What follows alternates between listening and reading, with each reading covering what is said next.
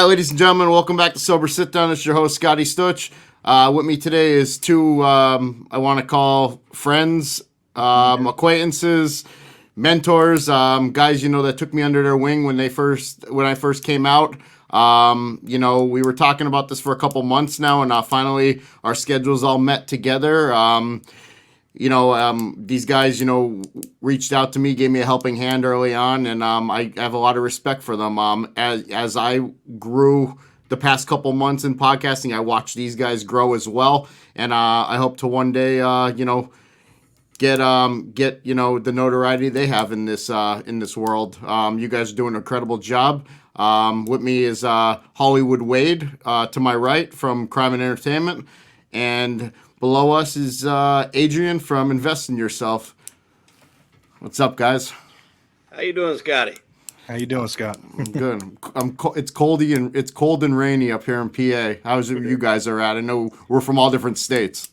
Yeah, I'm South Carolina, so it's a little chilly, but one day it's cold, and next day it's back warm again. So it can't make up its mind.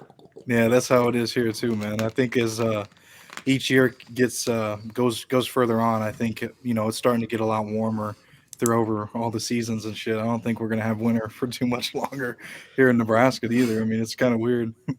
Yeah, usually by this time it's like freezing, so it's I don't know, it's real weird. Yeah, I know. But yeah, thanks for having us on, Scott. I appreciate it, man, and thanks for that intro, man. Yeah, Yes, no sir. problem. Appreciate it. Yeah, same thing, man. Right back at you guys. I feel as though that right from the rip, when I first got started, we kind of clicked up a little bit. We linked up, and the reason I wanted to get the three of us together was I feel like the similarities that we all share is I feel that anybody can throw out a podcast. I feel there's so many of them out there, and I just feel as though that what makes us a little bit different than the next people is, we kind of stay in our own lane. I feel we all kind of do our own thing. We stay in our own lane. We try and keep ourselves as authentic as possible. Like when I have the Sober Sit Down logo, like I don't want people to have to read Sober Sit Down without having to read Sober Sit Down with Scotty Stuch. I want them to see that logo like Nike or Adidas. And same thing like, with Wade, yourself, Adrian. I feel as though that you guys are branding yourself in a positive way like myself. Yeah, no, I agree with you too, man. And and we've had multiple talks. We stay out of the drama. We don't get involved with all that. So I'm glad that I can talk to guys like you guys and get tips and advice. And even though we don't talk a whole lot, I can still see when you guys post stuff, and we all help each other out somehow. You're like, oh, Scott's doing that, or Wade's doing this. Let me check out. Let me try to make my stuff kind of formulate like that because they're doing that right, or you know what I mean. Well, and that's one of the beauty parts about what we're doing here is I can interview. We'll just say Larry Mazza, for example. I think Larry's been on all of our shows. Yep. So I can interview Larry, Scotty can interview Larry, and Adrian can interview Larry. And we can all three have different interviews. Mm-hmm. Some things might be the same because you kind of got to get a baseline for audiences that, may follow my show, but not Adrian's or vice versa.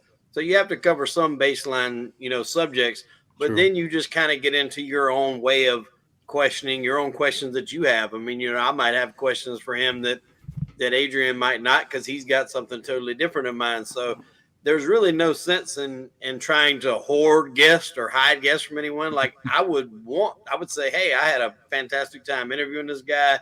He was real cool, easy to interview. I'm not going to recommend somebody that's hard to interview to anyone.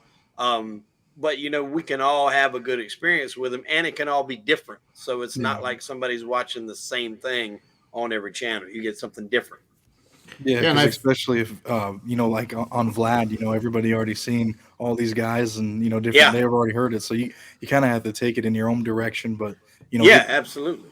But get the ground, the basics of what they were and all that. But And I feel as though that's what separates us. Like I take that as almost like a challenge. Like, what could I do with this guest that other people have not yet? And sometimes it's kind of tough because, like, I feel as though that, like, we all, are interviewing all different sorts of guests. But I think what brought us all together kind of was we don't specialize, like we're not specifically like mob, mob genre, but I feel as though that a lot of our majority of our guests just happen to fall into that life because I mean, I don't care what anybody says. Like everybody, a bunch of people locally were asking me when I first came out. They're like, Scott, do you have a sobriety channel or do you have a mob channel? And I said, listen, nobody tells a better story than a mobster who didn't go back to the life. I mean, if I mean, when you say sober,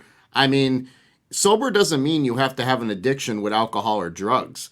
You can be doing other things that you're addicted to in life that are negative. What I like about a lot of the mob stories now, which I know there's a lot of different podcasters out there that will disagree with me on certain ones that I affiliate myself with, but you know, I feel as though that anytime anybody in life can take a negative and turn it into a positive, that's a road on sobriety because you're leading by example.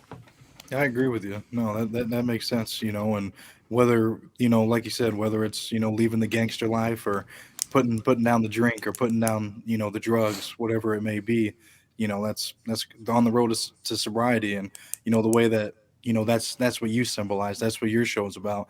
Mine's investing in yourself. So it's, people that are investing in themselves and trying to make it positive.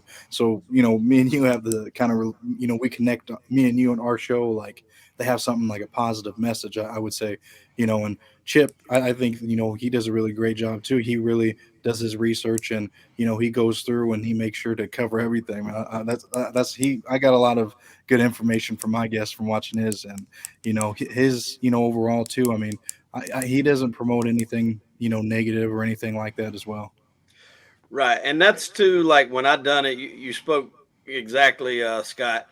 We're not specifically mob genre stuff, but it just seems like a lot of these people happen to fall into it. Now, I myself have always been fascinated, by that lifestyle and guys that chose that life path. From movies that we've all watched and a lot of America's watched, like obviously starting with The Godfather and then Goodfellas and Casino.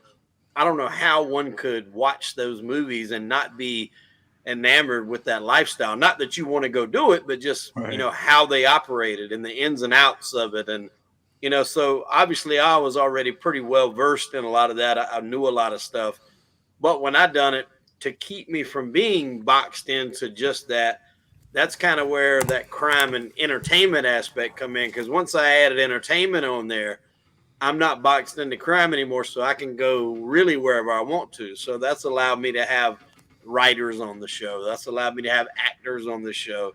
Adult film stars, drug smugglers. I mean, across the board. I've even had a mayor on who was a lawyer. He happened to be a lawyer for some of the mob guys, but he was a mayor in Las Vegas for I think as many terms as you could get. Damn. So it really opened up the door for a lot. And like what Adrian said, I listened to you guys in prep for some of my interviews. Like whenever I interview Benji, I listen to him on Scott's show. I've listened. I've interviewed guys that I've listened to Adrian show because that's the beauty of when I work. I listen to everybody's podcast and I listen to what y'all did, so I can try to bring something different to the table and Right. get more out of them. Not necessarily more as in like a good thing for me, but just different information. Try to bring something different to the table.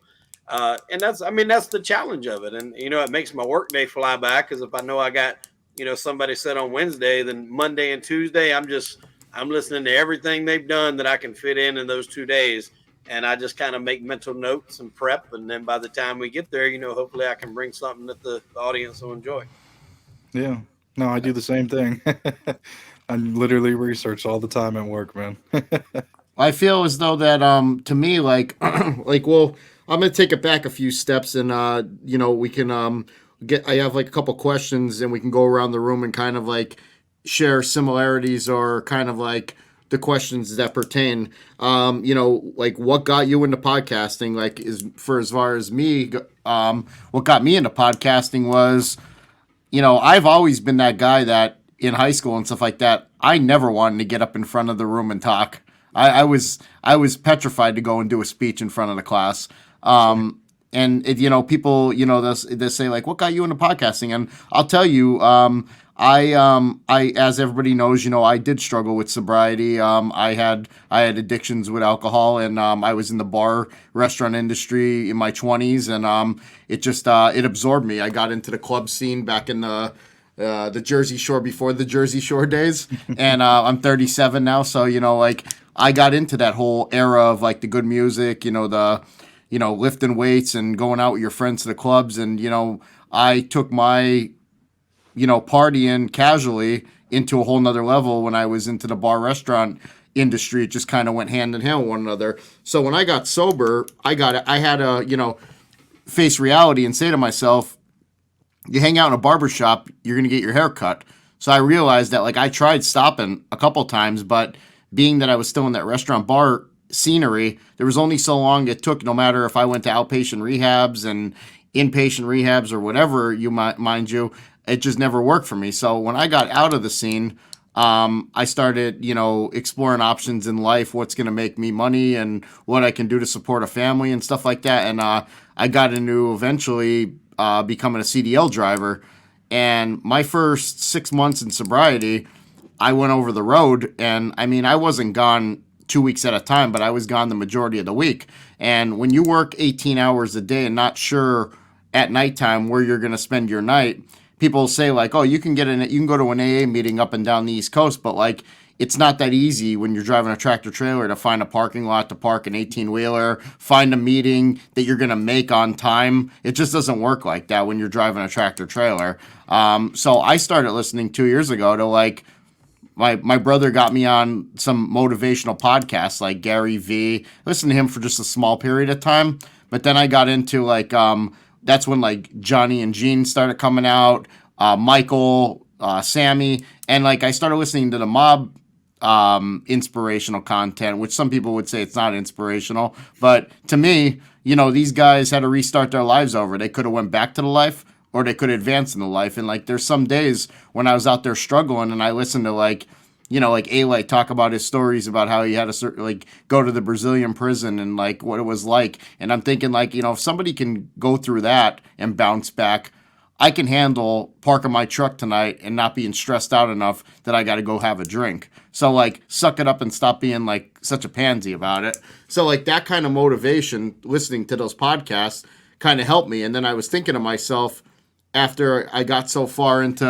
the CDL field, I'm thinking, well, this is keeping me sober, but I really don't see much sobriety-based recovery stories.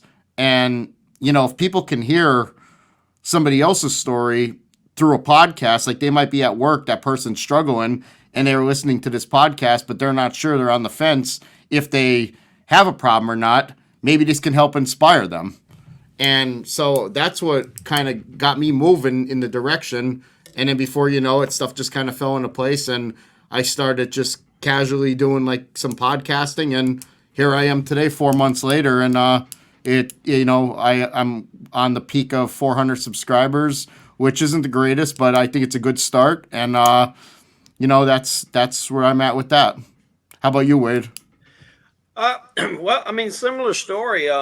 Believe it or not, like I would say pre-pandemic, I didn't really listen to podcasts, and that was nothing against them. It's just, it wasn't my thing. I would watch a lot of biography and YouTube.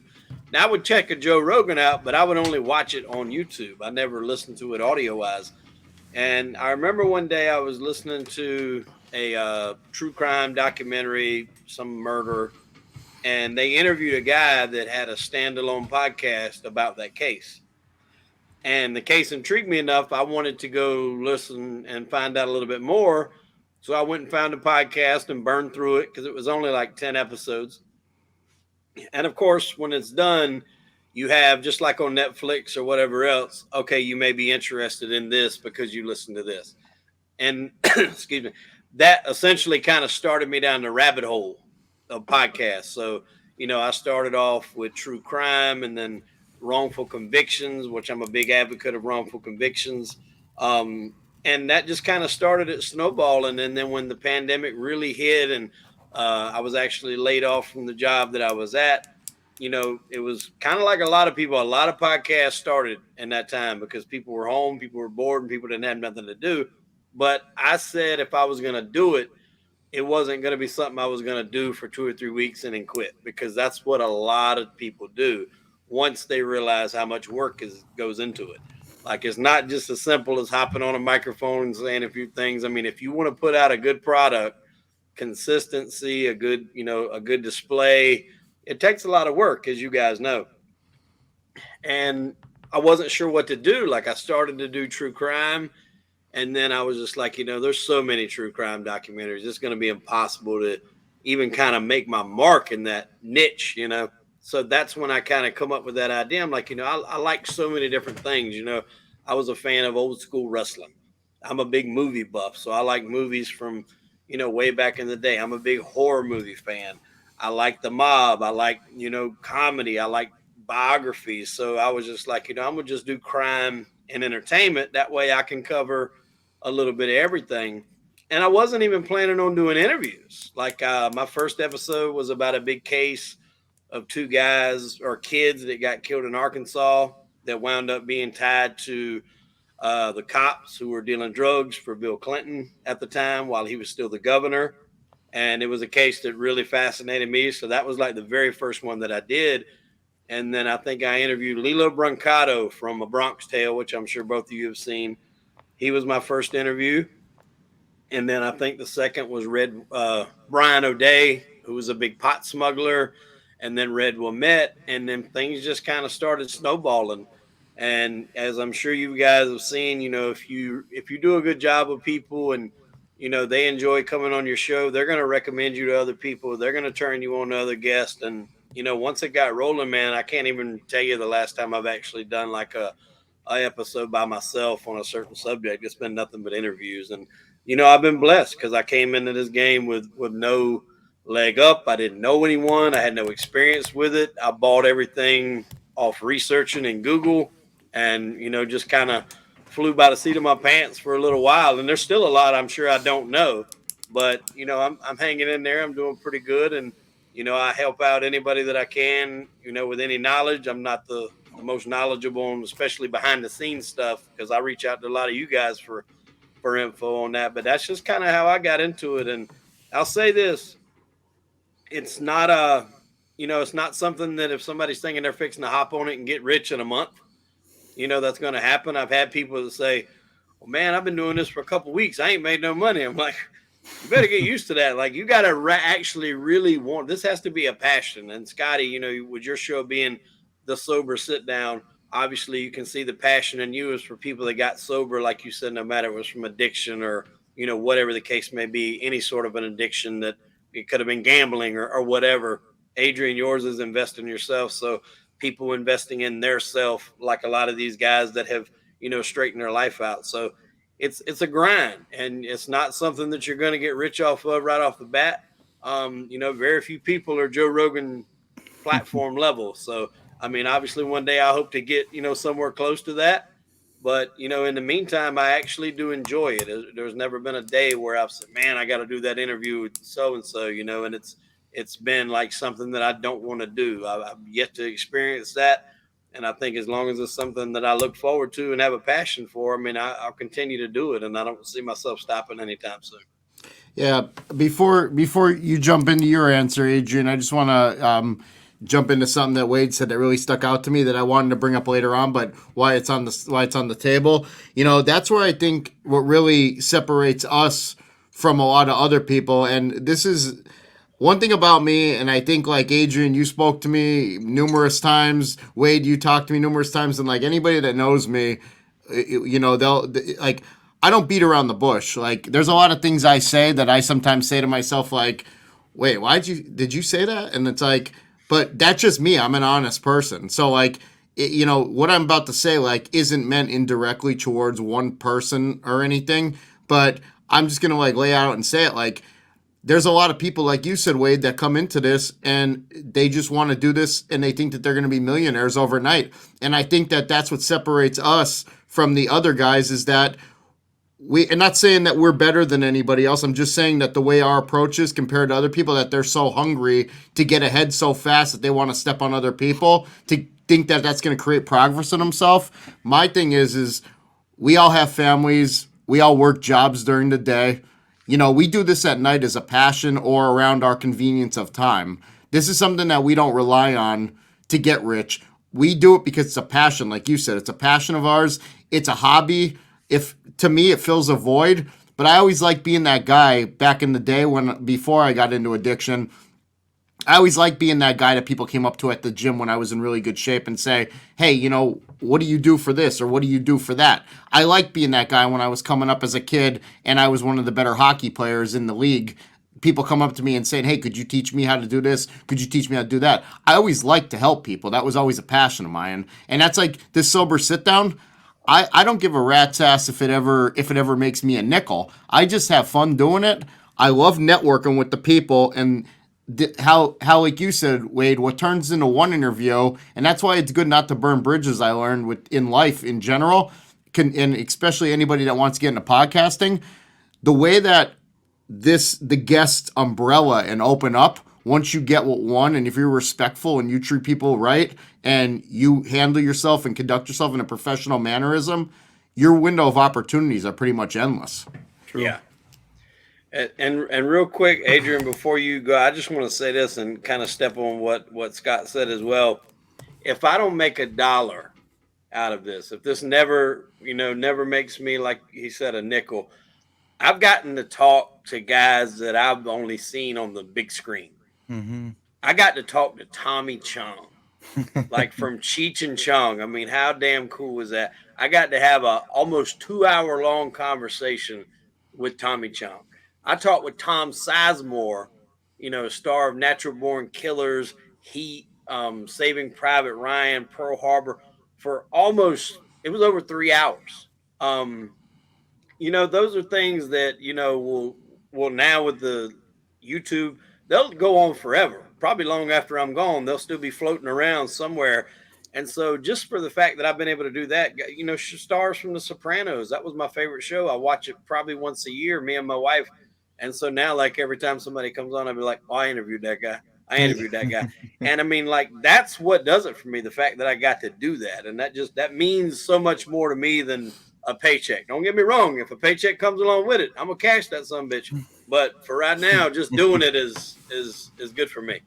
Yeah, no, I agree with you guys. I mean, it's nice to hear that you guys feel the same way and you guys go through the same thing because, all my free time goes to this when I'm not, working or spending time with family, always, man. So it's crazy that, you guys go through the same thing and think the same way. So, I mean, I don't talk to anyone else in my life that does, because I don't know anyone else that, is in the podcast game. So, I'm glad that, I keep smiling because you guys are saying the same shit that I'm thinking. But, I got my start, when I started my clothing brand back in like 2020, when COVID and shit was going on, when I had like less time at work. So I had more time to, just mess around with stuff and just kind of, I don't know, you have more time on you have more time on your hands, you have more time to think. And I just got into the clothing brand and I just wanted to have something that I could stand behind and represent. And so I just kind of thought, what would that be? And, I thought invest in yourself, and from there, I was like, that's positive. That's great. I can make all these different kind of designs and stuff, and it's meaningful. You know what I mean? So a year later, fast forwarding, when I got into the podcasting stuff, I wanted to give my brand a voice, so I wanted to interview people that were investing in themselves, no matter what walks of life they are, what they've been through, whether they're a businessman or an ex-gangster, you know what I mean? It's kind of like you, Scott, it's like, like on the road to sobriety, but mine's like on the road to positivity and, changing it around. So, that's where I got with that, and I first started with a lot of, people in my town, actually, maybe my first 10 episodes, and then I discovered Zoom, and after that, I was like, okay, I can do this with anybody. So I started reaching out to people. I'm like, damn, he actually messaged me back. Like, this is so weird. Like, that's crazy. That's the cool thing about it, man. You'd be surprised how many people actually respond to just a message. And Yeah, it's a matter of sending a text.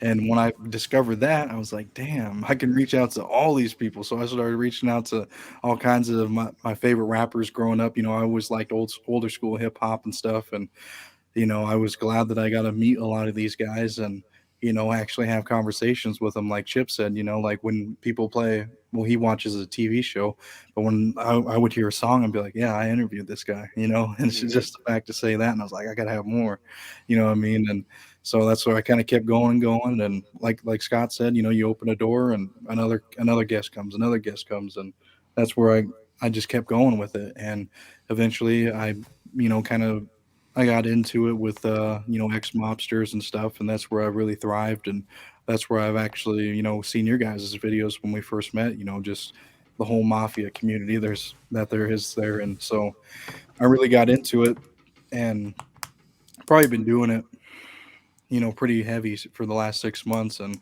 I even liked it so much that I started doing a documentary series about the American Mafia, and it's going to be an 11 episode series, and I got 8 of them.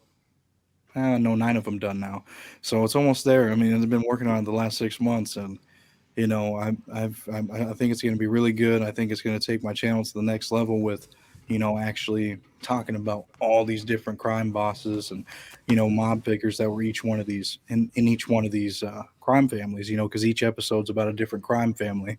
Hmm. So, all these things, you do one thing and then it leads to another, and then you try it, you see if you like it, and you're like, oh damn, this is cool. Let me try this. And so, I just kept going with it, and it led me to making a documentary that I thought I'd never, never in my life I thought I'd be doing a documentary, but you know, I like it, I enjoy it. Like Scott said, if you don't enjoy this stuff, I mean, you're gonna be burnt out. You're not gonna want to do it. You're like, oh man, I got to go and do this today. I mean, I used to feel that way when I would go to my jobs and when I would go to work and stuff, but.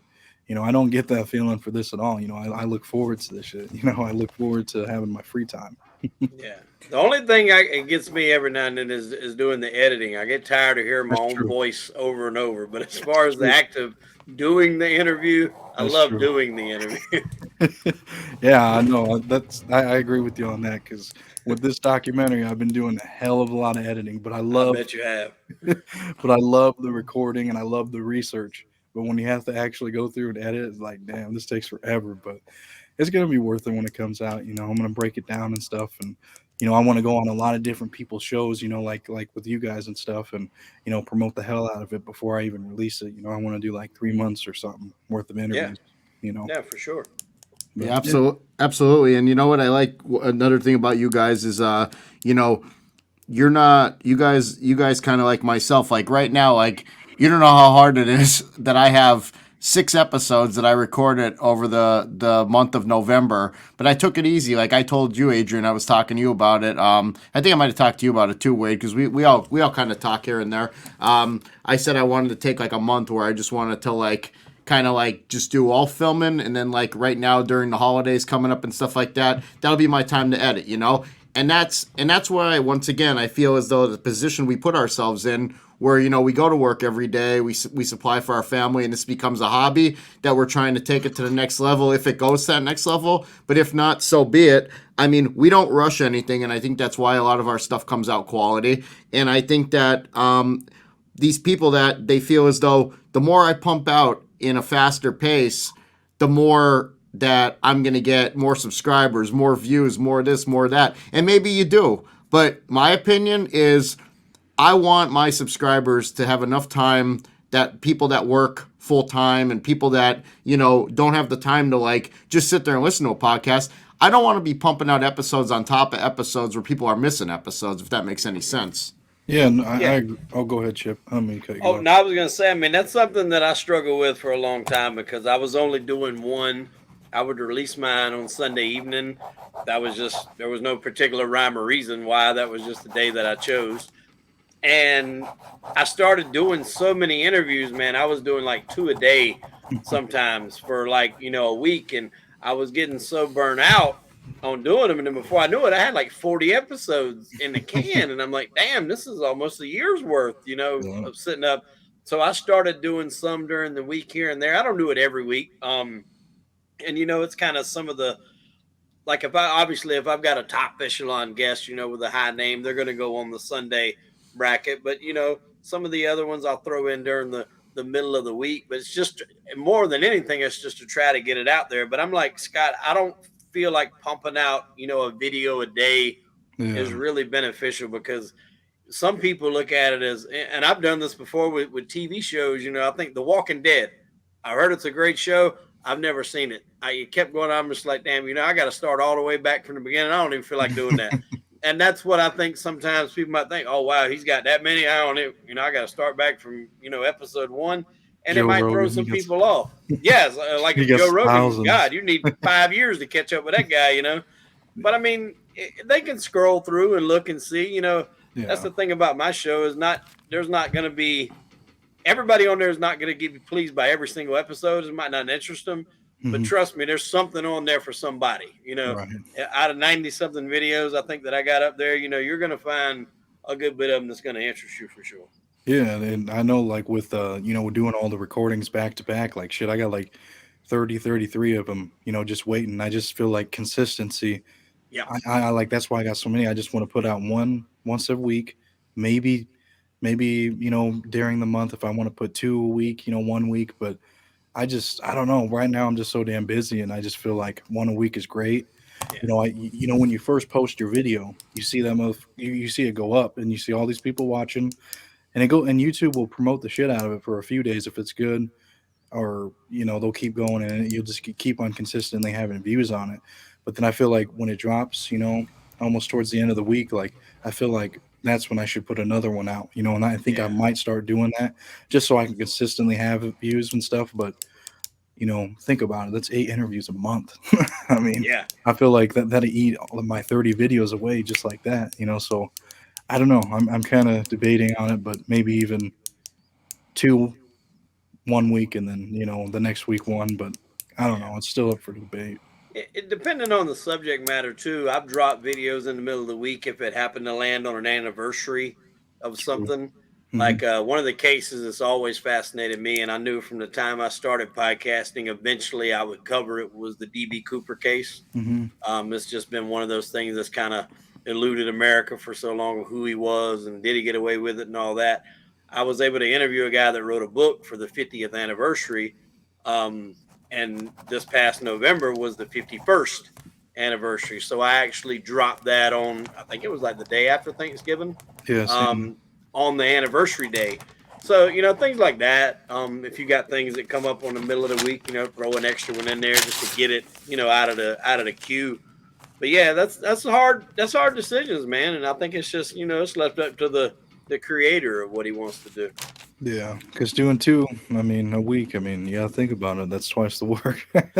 Yeah, it is Time twice work. the work. And you got it, like you said, too. If you blow through them real quick, then next thing you know, then you ain't got nothing to put out for the regular week. So it's kind of like that give and take. Like, God, I got so many. And, I've had interviews now that I'm dropping that I've been sitting on for 4 months. And I'm just like, God, I hope some of the conversation wasn't relevant at the time, because they're going to be like, what the hell? I know that. I remember I interviewed Dan Grimaldi from The Sopranos. If you guys, he played Patsy. He was the older guy that wore the glasses, Yeah. and he was in there all the way to the end. And the beginning of it, we were talking about March Madness, and we were talking about Gonzaga. And by the time we played this damn thing, it was like middle of football season. I was like, that shit's been over with for months. So I was like, I probably should have re-listened to that and cut that out. But Yeah. it is what it is. Yeah. No, I feel it, man. Yeah, one thing I'll tell you, you can't, and I keep saying, a lot of stuff because, I get a lot of times in my inbox, I've been getting people recently, and this is what makes it all worth it, is people actually inboxing me on Instagram, Facebook, emails, not as much as as anyone would think, but every once in a while I'll get the other day I was out Christmas shopping, and, some guy from Florida texts me, and right off the bat, they say, "Hey, what's up?" And I'm thinking, is this? What am I getting scammed on now? Yeah, And, exactly. but then the guy started talking about personal details in certain episodes, stuff like that. I'm like, oh, this is actually somebody that actually watches my stuff. And the guy was telling me, he's on the fence about drinking. He keeps trying to stop, and he's having a rough time. And he just said, like, he goes, like, some of the stuff that you say in some of your interviews, and he started going into like deep content, and it really made me feel like, this was like, this is what it's all about. Like, this guy's actually digesting what I'm saying. Like, he was going deep into certain episodes that I'm talking, like, he was talking about a part of one episode. I think it was the Arlotta episode, and that's like an hour and 46-minute episode. And I'm thinking to myself, like, he's talking about something that happened in the middle of the interview. He's going deep in the interview. That means that what I'm saying is actually registering to somebody, and somebody's actually digesting that. Now, you could take that side of it, but this is the next thing I want to say is, like, I hear some, like, younger people that talk to me about, like, wanting to get into podcasting and stuff, and I explained to them, like we talked earlier, like, get into it for the right reasons. Don't think you're going to be an overnight success story. Do it and brand yourself. Don't be an opportunist and try and use other people's names to get ahead. Some people I notice they become opportunistic in this whole entire podcasting thing, and they want to like piggyback off other people's success, and that's neither here nor there. I mean, that's their business. But one thing that really plays in my mind is like you can't you're going into this. You got to literally put like blinders on and say to yourself, like, outside of this recording, I can't give a rat's ass what anybody thinks about what I'm about to say. Anything that I say opinions wise, because I'm sure you guys got it before, like, certain interviews, something like that, you might have got tied up with a word and you said a word the wrong way. Like, I think the one day I said genre instead of genre, and like this guy was all over me about it in the comments section. I'm like, buddy, I'm like, you know what? I'm like, why don't you give us a link to your platform? And I'm like, we could see how they do it in the pros. Yeah. And I don't even want to give somebody like that recognition, but like, you can't, like, I learned like early on, like, you can't like beat yourself up over about like, because you're going to have idiots commenting that, oh, this podcast sucks. But like, as much as I don't really agree with his content, but I don't got no beef with him or anything like that. Like, like Lee Cole says it, the guy's got 8,000 subscribers. I mean, he's obviously doing something right. I mean, I don't watch him, but I don't even know enough about him to say anything good or bad, but I do know that, he doesn't care what other people think, and he says what he has to say, and, I don't watch him, but people watch him, and I mean, that's his angle, you know what I mean? Yeah, and I was going to bring up one thing, Chip, real quick. That how Lee Cole used to do a show with Danny Trio. So you guys, he was an ex-mob associate as well, or whatever. So I posted a clip. Okay, so I did this thing with him, and I put Danny Trio's beef with Michael Francis. Dude, that video, boom, it shit took off, and it's still going. Like I swipe up right now, I guarantee you, in the last 60 minutes, there's probably like 30 people still watching it.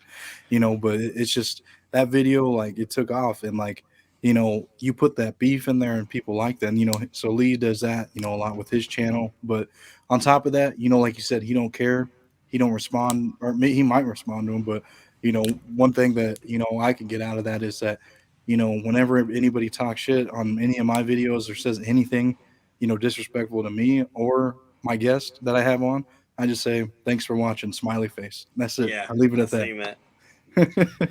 I mean, I was a big, like I told you guys earlier, I was a big wrestling fan from back in the day, and like the Attitude Era was kind of like, to me, the best time to be a wrestling fan. And Eric Bischoff, who was running WCW at the time, he had the NWO, and it was popping. I mean, WCW was on top of the game, and he wrote a book called Controversy Equals Cash. And I think in our genre, controversy equals views, because that seems like what gets people to do it. And Lee does that quite a bit. And everyone runs their own show the same way. I personally would never have a guest on and then turn around and bash them after the fact, because to me, that would drive other people to not want to come on my show. At least that's my way of thinking. Right. But like I said, whatever he's doing is working for him. He's got numbers. Right. But you're going to run across your guest to where, and it's hard as an interviewer because, like you said, Scotty, we all got day jobs. You know, we're not fucking private investigators. We can't vet every single thing that these guys tell us. We have to take it, take them at their word. And, to a certain point, I think everybody, might bump up, oh, I hit this guy and, he flew 2 feet. Well, next time, maybe he flew 10 feet or whatever the case may be. Right. But we can't vet every single story we're told. And yet there's so many people out here that have opinions about this person or that person. And I'm just like, if you weren't there, how do you know? And I used to get caught up in that and respond to every single one. And then finally I was just like, you know what, I can't. I'm giving too much attention to people that really make no bearings about it. And, Anthony Ramundi's one I'll bring up. I love Anthony to death. And he's probably, I think right now, he's probably like my most watched video. And it's every week. I'll get 2 or 3 comments, new comments. Oh, this guy I don't know. Oh, this guy's lying. This guy's this guy's that. I tell them, I used to say on every comment, I'm like, well, do you have any proof? Because if you do, I'll put you on the show with him. Yeah. He'll sit down and talk to you. He will. It'll be entertaining, and nobody ever takes me up on it. So, I can't tell you if everything he said is true. I wasn't even born when half the stuff that went on that he said went on is true. So I have to take him at his word, but that's what we can do. We can only do what they tell us. We can only put out what they tell us. Well, that's what I mean. Oh, sorry, Adrian. Go ahead. I was going to say, we just report the stories. Hey, well, exactly. And that's just what it is. Like, one of my probably least viewed video. Well, it's not my least viewed videos, but it's down there. I mean, but anybody that gives me an opportunity for an interview, and that's the thing, what I say about the Sober Sit Down, because, I'm starting a new platform. I'm starting tomorrow night, but it's not going to be released till, later on. What I'm doing is I'm doing group setting style meetings, and it's going to be people that can come on, up to 12 guests, and we're going to talk about everything from mental health to sobriety to, you can have a gambling addiction, you could add addiction to steroid abuse, you could have had toxic relationships. And you could be in the job that you absolutely hate, but you don't know the way out of it to advance yourself. We're going to be running groups on the Sober Sit Down. And I don't care if you're the guy that, stocks the shelves at Walmart at night, or if you're a high-profile gangster. Anybody's more than welcome to come on the show. That's what I'm going to be doing on Wednesday nights, to do more of a group-style settings. I mean, it's not traditional AA where it's going to be kept behind closed doors. It is going to be viewed for those people that are out there struggling, that are at their that job that they hate going to, or that are in that toxic relationship that they're dealing with, or that are struggling with alcohol or drugs or whatever, mind you. They might hear it, and if that reaches one person and that changes that person's life, my job's done for the night. And, to go back to what I was about to say before I got caught up in that, we were talking about, you have people on. One of my lesser viewed ones, but one of the most commented ones was when I had Gunner on, and everybody's and I mean, listen, entertainment's entertainment. I mean, a lot of people, he's a liar, he's this, he's that, but who, at the end of the day, if he is or he isn't, who cares? It's entertainment, and however he tells a story, he may be lying. I don't know. I mean, anybody that gives me time, I have respect for. Especially if it's on a weekend, I get interview somebody on a Sunday or something, and I just can't stand that's that hatred, jealousy, nonsense. I mean, if you want to call somebody's bluff, but to go out of your way and just continually bash somebody to make your show better or make you feel better about yourself in life, a lot of these guys that diss the guys that are in the mob genre, like you said, Wade, you weren't fucking there. You know what I mean? You were not there. You know what I mean? Yeah. You're going, everything's based off a hearsay status. You're talking to somebody who hates somebody that it all just goes around the carousel. Yeah, and I can tell you this, as far as Ramundi goes, and that's another cool thing about, this podcast, I'll sidestep for a second. It's opened the doors for so many, networking relationships. I mean, I got friends in Florida that I talk to. I got friends in New York. I've actually flown up to New York twice and recorded in studios. And one of the first times I went up there, Ramundi was like, hey, call me when you get up here. We'll ride around. I'll show you a few things. And I had a photographer buddy of mine come up with me, and we met him. and he drove us all around Brooklyn. I mean, 3.5 fucking hours. This guy drove us around Brooklyn, and he's got a Challenger, so you know that thing was sucking gas. It's like the 392, the big motor in there.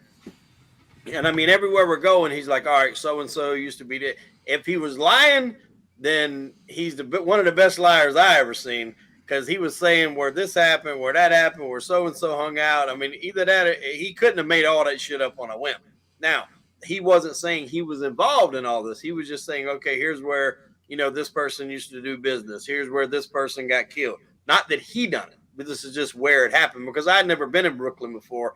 Anytime I'd visited New York, I was always in the city in Manhattan. And we got done. He drove us to a restaurant. We went in. He was greeted with respect from the guy there. Could have been his uncle for all I know, but I know he was greeted with respect. We were greeted with respect. We sat down. We had a good meal. And because he's drove us around this whole time and gave me some content to put out, I've still got to actually edit that together and put it out. I was going to pay for the meal. And I go to reach in my pocket when the check came, and he points at me and he said, "Absolutely not. You keep your hands in your pockets. Use with me. You're my guest. You don't pay." And I was like, "All right, I got it. I appreciate it." And I mean, so as far as I'm concerned, I love Ramondi to death. I mean, I like him. Other people can have their opinions all they want. I'll probably talk to Ramondi once a week, to be honest. And, before that, I'd seen him on Vlad. And, I never in a million years, a year ago, if you would say, "Hey, you'll talk to that guy once a week, a year from now," I'd be like, "Get the fuck out of here." And I mean, it's like that, Yeah. I mean, I talk to people like that you don't think you would normally talk to a good bit. Right. Yeah. What I don't like is like the people that it's this red team, blue team horse shit that goes on. Like it's like people that don't know you, Wade, saying, "Oh, Wade's an asshole because he associates himself with Ramondi," but they don't know you. You know what I mean? Like just because somebody else had a falling out with somebody, whatever it may be, we shouldn't be judged because of our association, because a relationship worked out with people that we know. Yeah, exactly. But there's a lot of that. That's the same thing with politics and shit too. I've got a guy that I went to school with. We disagree on everything. We disagree on football. We disagree on women. We disagree on politics. But at the end of the day, he's still one of my best friends, and I'm not gonna not associate with him because he voted different than I did. That's ridiculous. And I tell people all the time. I've had people ask me, I don't know if I should interview that guy. It might piss somebody off, and I'm like, who cares? Like you said, Scott, they're giving you their time to sit down and tell their story. And to me, I'm grateful for that somebody's going to sit down and tell their story on my show. So I'm not going to not interview somebody because some asshole sitting in his mom's basement thinks that the guy's lying. I mean, what validation do they have? You know what exactly. I mean? They're basement gremlins. That's what I call them, basement gremlins. I mean, they're the guys that hide behind the screen. They fucking talk tough all the time. I mean, now I'm gonna start getting amped up. And it's like where the era that we grew up. I mean, I'm 37. Wade, how old are you? 39. I'm 22. Yeah. So I mean, no offense to you, Adrian, but like the like a little bit older, like the generation that we came up with, like, Wade, when you went to school, you talk shit, you fought. You know what I mean? Yeah. Like, it ain't like that no more. Like I mean, there's all this shit over social media, texting, and all this stuff. Like, people are soft now. Yeah. It's like for you to like call people out, like I see like a lot of people like, I'm not like, we call it up here, like, I'm not like dick riding nobody or anything like that, but like, like, I want to see you, like, the people that like they talk shit about like Johnny A-Light or like Anthony Arlotta or like all these guys, like where were you 20 years ago when they were active in the life? You wouldn't have said that shit to them. Like, someone probably wouldn't say it now. No, well, not behind the screen at least. And it's just like, what, but in retrospect, like I mean, yeah, I guess they can say it's entertainment, but it's a lot of it, like, some of it is, maybe some of it is, maybe some of it isn't, but I don't care enough to do my own research. I judge a lot of these guys for how the respect they treat me. I don't judge them from their past life. Like, I can tell you, I think I have right now, I have like 26 episodes on my platform right now, and I could tell you, I would say about 20 out of the 26 guests that I had on sent me a text and said Happy Thanksgiving, because that's the type of friendship that I have with the people that were on my show, because if I don't do nothing with them now, they're like, I'm networking, like Adrian, like you were having Anthony on your show, Anthony Arlotta. I still was in contact with him. I put in a good word for you, because that's how we network with one another. All of us, we're here to help each other, not hurt each other. And I just say, like, people that want to go out and burn bridges, these people that want to go out and continuously burn bridges. I mean, eventually you're gonna get stuck on the island alone, and you're not gonna have an exit off. Yeah. Exactly. That's true.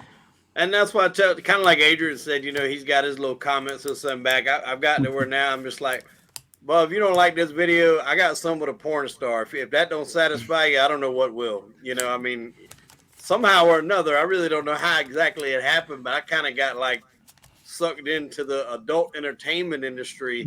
And I got like probably 15 entertainers and a producer, all in like a span of like 2 months. And my wife, like, she knows that I do this, and she's just like, so what are you trying to become, like the Howard Stern of podcasting? I'm like, well, there's got to be one. He's about to retire. I mean, if it is, it might as well be me. They say sex sells, sex sells. Absolutely.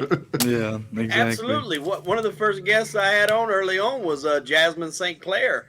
And I mean, she was, in the porn industry back in the day, then she got into wrestling, and now she has her own podcast. And it's sex always sells, man. Like, I think they said in The Sopranos, it's one of like the oldest businesses there is. I mean, it's never going to go away. There's always that could be something that somebody was addicted to for your show, Scotty. Yeah.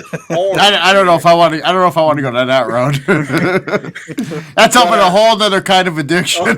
Oh yeah. That's getting in there. But I mean, like, I'm going this weekend. I'm going to Greenville.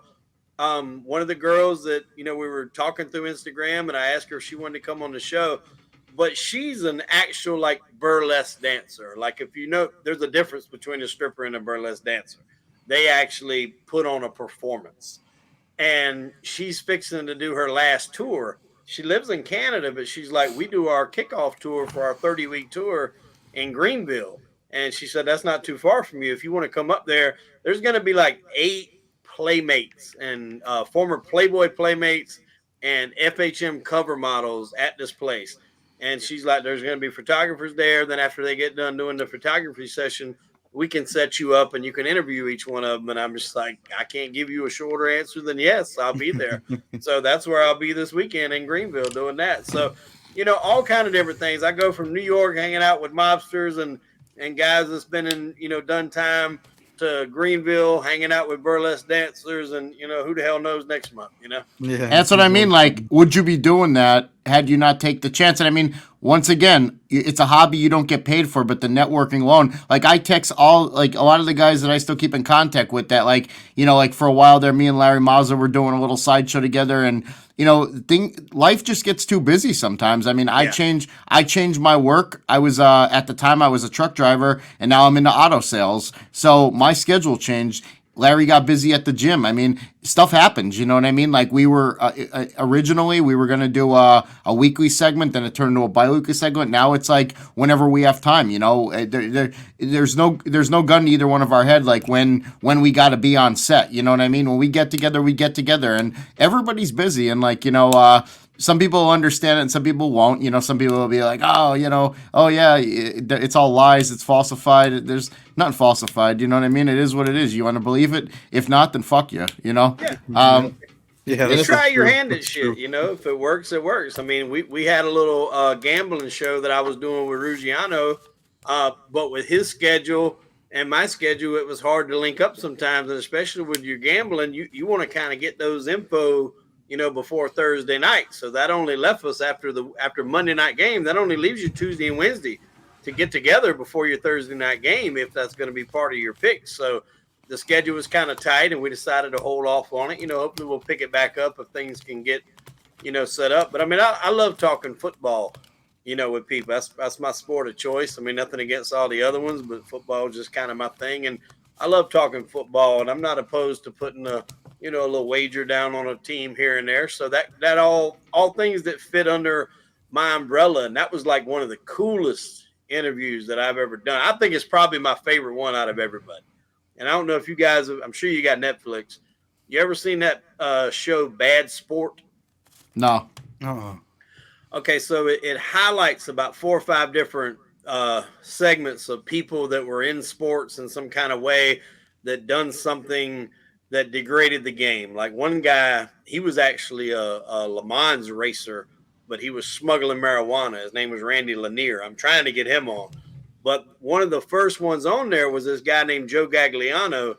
And what he did was mastermind the Arizona State point shaving scandal in like the late 90s in college basketball.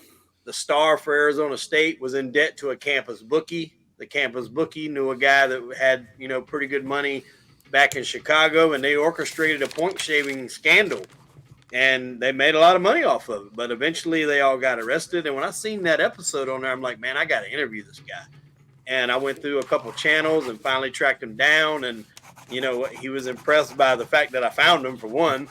And then he wound up doing the show. And I mean, we done about an hour and 45-minute show, and it's on there. His name is Joe Gagliano, and he was behind the Arizona point shaving scandal. And I mean, it's an amazing story. You guys got to check that out. I do that shit too, though. Like when I see someone on TV now, I'll if I'm interested, I go and I start researching and trying to find them, man, right away. Well, what was it? Yeah, I mean, one thing that came out of this, I mean, like I don't know about you, Wade, I mean, and Adrian, but like, my kid's 7. Wade, how old are you? 13. 13. How about you, Adrian? You have 5. 5? Yeah. So like, have you guys noticed, like, with being in podcasting and stuff like that, like, I noticed, but I come from like a very judgmental style, small community. So like, I've noticed, like, since I started podcasting, like, I've gotten some like different sort of looks. I guess I don't know if it's because of my guest audience or what, but I don't know if people are actually like hearing me speak how I normally would speak in a normal setting, not knowing like like when it's, hey, meet the parents to the other kids in the class. You know what I mean? Like, I don't know if there's parents out there listening or what, and they like, that's like the real side of me or whatever, or people that didn't know I was originally an addict and now they look down on me. I don't know. I can't assume. But do you guys notice anything like that? People look at you differently since you started podcasting? You can go ahead first, Chip. I've definitely noticed some looks. I mean, I don't do too much where I tell my stories, because when I have guests on, I like to kind of focus on them. But depending on the guest, I'll share a story from my own personal side of things. And, I've led a crazy life that a lot of people don't know a lot about. And I think most people that do know me know that I probably was a little wild back in my day. Not like wild as in, got in trouble, but just I was always the life of the party, man. If somebody had beer and, music, that's where I was at. I mean, I was just that type of guy. And so I don't think a lot of people are shocked, but I think the fact that I'm talking to a lot of these people is shocking people. And, I kind of get a look, man, how did you get into that? That's the first thing everybody, what made you do that? And I was like, I just did it. And they're like, well, how did you get in contact with that person? I'm like, it's a real complicated process. I sent them a DM. And, some people was like, man, you interviewing this person, you ain't scared they're going to come to your house? I'm like, why the fuck would they want to come to my house? Like, I'm putting them on YouTube. I mean, I'm giving them a platform to tell their story. Like, I mean, and I don't think anybody's going to come and take me out while I'm checking the mail. But, people just, I think they don't get it. And when they say those types of things, I know that those are people that just see the clips and they don't actually watch the interviews. That's how you can tell. Yeah. Yeah. Oh, yeah. But for me, I guess I really, I don't know. My daughter thinks it's pretty cool. I mean, she's 5 years old, and sometimes when I'm editing and stuff, she's like, "Oh, you're doing your," she calls it IIY podcast because that's the initials or whatever. But she thinks it's cool, and even today she was just asking about like, like bad criminals or something. She's like, well, I don't want you to go to jail because then you can't make your podcast no more. And I'm just like, I ain't going nowhere, and stuff. But no, I mean, that everyone that I talk to about it, family and everything, they think it's cool. My grandparents, I tell them, oh, I'm interviewing this gangster today. And, my grandma would be like, what the hell is wrong? Or what are you doing with all them gangsters? But she don't, I mean, it's not like she hates it, but she's just joking with me. But, everyone thinks it's pretty cool. And, That's I mean, funny. but like you said, ask you, how did you get that guest on, or how did you talk to this person? That's so cool. And that, to me, I'm like, hell yeah, I got that person on. And like, it feels good, when you do. Oh yeah, my daughter over the summertime we were at this function at the park, and it was like there's like a local park by her grandparents' house, and like there was family and friends there, and there was like a basketball tournament going on. They had like a public pool and everything. And over the summertime when I like really started getting into this, I was on my phone an abundance amount of time because like as you guys know, the phone just doesn't stop sometimes once you start networking. It's Yeah. people umbrella into. So I was over in the corner of the park, and my daughter goes to the one cousin goes, "Who's your daddy on the phone with?" And she turns around. She's only 7 at the time, and she turns around. And she goes, "The mob." And I go, "What the hell is wrong with you?" The mafia. And everybody just turned around and gave me like the weirdest look in the world. And I'm like, "It's not like that." I'm like, Ex-mobster. but I mean, Oh, out of all this, I mean, it was, it made me believe that, for once, I mean, I'm sure you guys felt the same way. Like all the people that we got to speak with so far, where we're at today. I mean, it makes you like, where at one time, like I would have never imagined talking to some of the people that I once watched on other podcasts, like Vlad, Valuetainment, some of those big ones, and now like to sit down with them, have these people's cell phone numbers, call them every once in a while, say what's up, is like it's almost like surreal sometimes. And you know what? It made me believe like no matter what anybody tells you, like anything's possible in life. I don't care what anybody says. Yeah, absolutely, man, 100%. Because, like I said earlier, but I'll say it again, just for anybody that's looking for an outlet that maybe thinks this is something they want to do.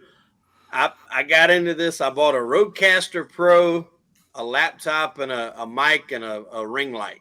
So, I probably invested, and the Rodecaster Pro was probably overkill right off the rip, but to me, it was a little bit easier to work. So I probably started this off for like under 800-900 bucks, and just got rolling, and I had no connections at all. I just I emailed people. I came about it the right way. It's all in the presentation. If you just send somebody a DMs like, "Hey, I want to interview you on my show," they're probably not going to respond to that shit because they might get a million of them, or that's not really, there's not thought into it. Like I actually send out like a well-typed email. "Hey, I'm a fan of yours for this reason. Yep. Been following you for this amount of time. Past guests include, and list them." Obviously, in the beginning, I couldn't include a lot of past guests because I didn't have any.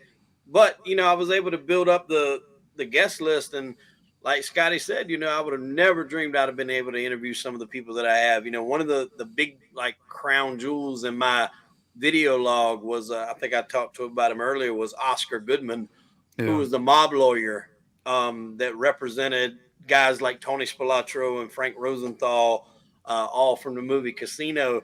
He was their lawyer. He played their lawyer in Casino, and then later on he became the mayor of Las Vegas. That dude hadn't done a lot of podcasts. Like he done one with Patrick Bet-David, but that's about it. Like he does not do a lot of video podcasts. And a friend of mine hooked me up with him, and I was very grateful for that. And it was just surreal. And then, like you said, a lot of guys that's been on Vlad. I think I've interviewed probably like 4 or 5 people that's been on Vlad, and some of them, I don't know if it's how Vlad interviews, but like some of them I was a little nervous about because they wouldn't give a lot of detail in Vlad's answer. He would break something down like, "Okay, well, you've done this for this many years and you were at this level. Is that right?" And they would just go, "Yeah." They're probably nervous too, Well, the one guy, and I'm not going to say his name, but the one guy told me that the way Vlad was delivering it, it was like he was telling him what he did in his life instead of asking him what he did in his life. And I can see that. And he's like, I'm not going to justify somebody telling me what I did and they didn't know. They're going off what they heard. And that was his reasoning. And when he said that, it made sense. Yeah. And when I interviewed him, I was asking him what he did. I didn't tell him what he did. Yeah, and watching it back, when I listened to it, he was exactly right. And he does it. He'll say, "Okay, well, so-and-so, you done this." Again, like we said earlier, how the fuck do you know if you wasn't there? How do you know what he did? Mm-hmm. So you ask him. It's been reported that, this happened. Tell us how it really went down. That's how I worded it, Yeah. Yeah, I feel as though that, like, and no disrespect to Vlad. I mean, obviously his numbers speak for themselves. I mean, he's very successful at what he does. I personally think the way he approaches certain people, he does it in a rude manner. I mean, I treat my guests like guests. I have more of a, but I mean, who am I to say how he runs his platform? I just don't, that's my opinion. My opinion is that he's rude to a lot of his guests, but maybe some people view it as upfront. Maybe some people view it as he answered. I mean, that's just my opinion, and I'm just gonna say it, and I don't think anybody has to agree with me on it, but that's just how I feel about it. Yeah. But as far as feel as though that this is going really well, guys. Where down the rabbit hole, I think we can probably finish out with this one. Is like down the rabbit hole. What do you want to get out of your podcasting? And I'll start with Wade, then we'll go down to Adrian. And I'll finish up if you want. All right. Yeah. I think ultimately, and I'm kind of already working on something similar to what Adrian was doing. It's not mob related, but I think when you do all these different interviews with all these different people from all these different walks of life, you find something that just kind of catches you and you feel like you want to elaborate more on it. Like a 1 hour show or a 1.5 hour show isn't going to cover it. And I got hooked up with a guy that wrote a book. I can't remember the title because it's very long, but it's called The Shadow Government. It's like JFK conspiracies, stuff like that. And we actually redid that Boys on the Tracks case that I talked about earlier. And it went so well, I'm like, man, we can't really just leave it off. And we put it together, and we're going to do like a 10 episode series. And we're going to do the Boys on the Tracks, which ties into Barry Seal, who, if you've ever seen the movie American Made, was a big drug smuggler. That Tom Cruise played him in a movie. Then that's going to be tied into the Clintons. So we're going to do an episode on the Clintons. We're going to do one on JFK, one on Iran-Contra, who we're hoping to get Freeway Ricky Ross on because he was heavily involved with that. Then we're going to do one on Oklahoma City and 9/11. So it's kind of going to be like a 10-part series of conspiracy, government cover-up type things. And I'm really excited about it. We've got 3 episodes in the can. Those things take a lot to edit because if you're going to do something to that magnitude, you want to do it right. You don't want to rush it. And it's a while away from being coming out. I'd probably say mid-2023 before I start releasing them because I want to release them all together. Right. But that's kind of what I want to do. I mean, if that goes well, get into something to where I can do like episodic series. And that's really what I would like to get to is where I can do something like that. And obviously, get compensated for it because that's not easy to do and not easy to put together. So, get some sponsorships and, get something behind me to where that could be funded. And it would be something that I would really enjoy doing. And I already enjoy the conversation piece of it. So, and it doesn't have to stick with that. You can change up genres each time. I could do one about the mob, later on, or, one about drug smuggling. We've talked to a lot of drug smugglers. I think something along the lines of drug smugglers and ATF agents together would be very interesting to find out each side of the coin. Yeah, I think so too. I think that's a really good thing, to want to get out of it, something more than just the podcasting, because you build your audience already, but you want to continue to build it and then put something out there that they're going to already be interested in because they're already a subscriber, so that's why I went with the American Mafia, for me to, do a documentary of. So what I want to get out of the whole podcast stuff is, continue to build up my audience and do more documentary kind of stuff. And, hopefully maybe one day, be a part of a movie or some shit, that'd be cool, but yeah, absolutely. But, for now, just keep working on, my podcast and, make some money off of it. I finally hit the 1,000 subscribers. I think I'm at almost 1,300 now. It's just been growing, these last 2 weeks. Congratulations on that, by the way. Yeah, Yes, sir. appreciate that, man. And so, I'm glad that I got all these subscribers and enjoy the shit. And, I got plenty more coming. What Yeah. about you, Scott?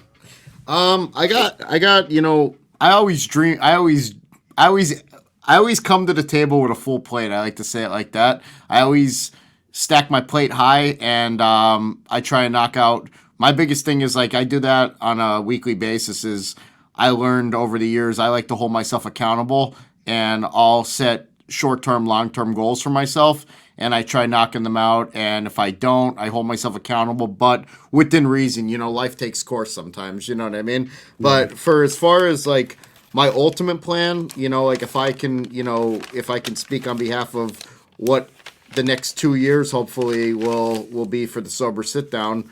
The first thing that we're working on right now is we purchased the domain last month for sobersitdown.com. That's going to be a platform that people can access our YouTube channel, a place you can go. We're going to try and do life coaching, answer seeking. We're going to set up groups on that. And then we're going to have like a merchandising area, which we're going to have like motivational gear where it's going to have, some motivational t-shirts, hoodies, protein shakers. And then I have a friend of mine who was the the VP of district sales for GNC. Me and him are going to try and come out with our own supplement line, but more of a natural supplement line, which is like not filled with the garbage fillers and stuff like that. One thing that keeps me on point is in sobriety is I like to channel a lot of my frustrations, daily struggles and everything like that. I like to go to the gym and decompress. That's what keeps me going. So to come out with a supplement line kind of coinciding with the life coaching and answer seeking and all that stuff that could be purchased on the website. Also in the process of, because I've told tidbits of my life, but from start to finish, I'm actually in the process of this winter, I'm going to try and put out my own book, the story of my own life. I'm working with a publisher right now, and it's at ground level. So, I mean, it's not something that's going to come out immediately, but it's something that we're working on right now. And I'm actually working on a side project that's more likely going to get released. We already started doing some filming, as you know, Adrian, and I think, Wade, I talked to you about it. Me and Anthony Hootie Russo are going to be linking up and doing a side project called Level Up with Hootie and Stuch.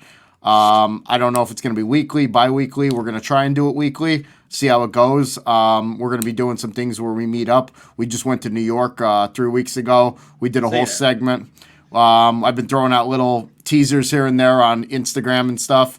We're going to try and, we're going to try and move around a little bit. We're going to maybe go up to, in the wintertime, maybe take a trip up to Connecticut and link up with Arlotta, or maybe head down to Florida and meet up with some people. But that's ultimately bigger goals. But for right now, we're just going to be doing some off of the mob genre. We're going to be doing more motivational content. He's going to jump on with me, and we're going to be calling it Level Up. It's not going to be, affiliated with the Sober Sit Down. It's not going to be affiliated with the Hootie Social Club. It's going to be totally something off the thing. And then eventually, like you said, Adrian, one of my biggest goals in life ever since high school was to get behind the screen. And I always wanted to be in movies or TV series.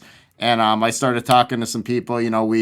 We linked up with Ciro there. We did that thing with Mob King. You start talking to people and you realize it's not that far out of reach as much as you think it is. I mean, you get some headshots. I live close to New York. All you can do is try. And just like this podcast, we didn't know until we tried. Nope. And look where it got us till today. I mean, I have some ideas that I have scripted up in my head. I've had a TV series idea I wanted to do, not documentary style, but probably a fictional story about, it's kind of true crime related, but it's not a documentary. It's actually a TV series I started writing a couple of years ago. But I got a lot of stuff I'm thinking about doing, but one day at a time, and we kind of just put it. I think it all kind of. I said a lot to digest there, but it all kind of works together with everything that I got going on. One's gonna feed the other. Yeah, exactly, and that's how this whole podcasting I think started and is continuing for all of us. Is what started out as something small, just continually to grows. And I mean, look at Wade. You're going on that trip this weekend coming up. I mean, Adrian, you got some stuff. I got some stuff. The doors just keep opening up, and all those people that, I said, that I still keep in contact with, that I did interview at one time. they text me once in a while, hey, a happy Thanksgiving or whatever the other day. And I like, you start texting back and forth. And, I always say to them, your friendship means more to me than the actual interview you gave me. Because that's what it's all about, is like when you could just pick up the phone and just talk to them, like, just like they're your friends. It's people don't realize, and that's why it pisses me off when a lot of people get judgmental based upon other people's opinions, because some people aren't who people portray them to be from behind the screen, Yeah, that's true, man. And I've had those same experiences. I picked up, it was a couple weeks ago, I had something go on, and I talked with Aralata about it. And I talked to him for about an hour. We were on the phone, and that's just something that you don't expect that would come out of it. I don't talk to every single guest that I've ever had on after the fact. Some people are one and done, and that's understandable. But some of the ones that you can just tell. You can tell in the middle of the interview. Basically, I say, all right, if this is a guy I can hang out with in a bar, we click, or any setting really. You just click and you exchange numbers and you keep that relationship going beyond the show. You don't have to talk to them every day, once a month, sometimes I don't talk to some of these guys but once a month. But some guys are more frequent. But that's just the benefit of doing all this. Yeah, like once in a while, like like you see a guest, like I see, like for instance, like I had Nick. I think you guys all had him on too, like Nick Christophers. He's an author, and like once in a while, like I'll see him like putting up Destinies or one of his stories he wrote with John Ayla, like Gotti Rules or something like. Or I don't think he did. He didn't do Johnny. I don't Prison think he Rules. did Prison Rules. Yeah, Gotti Rules is with George Anastasia. Yeah. But like if I see him like throw something up, like I might not have talked to him in a while, but I see him on Facebook promote one of his books. You're damn right I'm going to put share. And like, because, at one point in time, he gave me an interview. I'm going to share his content to try and help him out. And I think that is when you help people, it all works with each other rather than trying to compete with one another. You know what I mean? Yeah, for sure. I agree. But yeah, guys, I thank you for coming out tonight. I think that was a blast. We should do it again sometime. Absolutely. And I thought, I hope, for those of the people out here, that heard it, I hope those of you that are maybe thinking about going into podcasting or everything like that, you have a better intuition or envision of what comes with it and stuff like that. And, anybody else out there listening, if you took offense to anything I said, I mean, if it don't apply, let it fly. And if it does, maybe I open some people's eyes to maybe, change their ways and, go a different route, I'm only here to focus on myself, and I'm here to help people. I'm not here to create grudges or feed into drama or anything, but, sometimes enough's enough with the nonsense. Yeah, I agree, man. And if you guys want to find me, I'll send Scott the link, and he can put my link in my show. And, if you want to look it up too, it's Invest in Yourself. I'm on, all the YouTube and all the other platforms for podcasts, Spotify and everything. So I'll be sure to send you a link too, Scott. Thanks for having me on, man. Yep. Yes. Same thing for me. Crime and entertainment. On Instagram is crime, the letter N, and entertainment. Everything else is crime, the N symbol, and entertainment. We're on YouTube, all the major audio platforms. If anybody wants to reach out, possibly be a guest or have any questions, I am busy, but I will get to you sooner or later. Yeah, same here. All right, guys. Well, you have a great night, and thanks for coming out.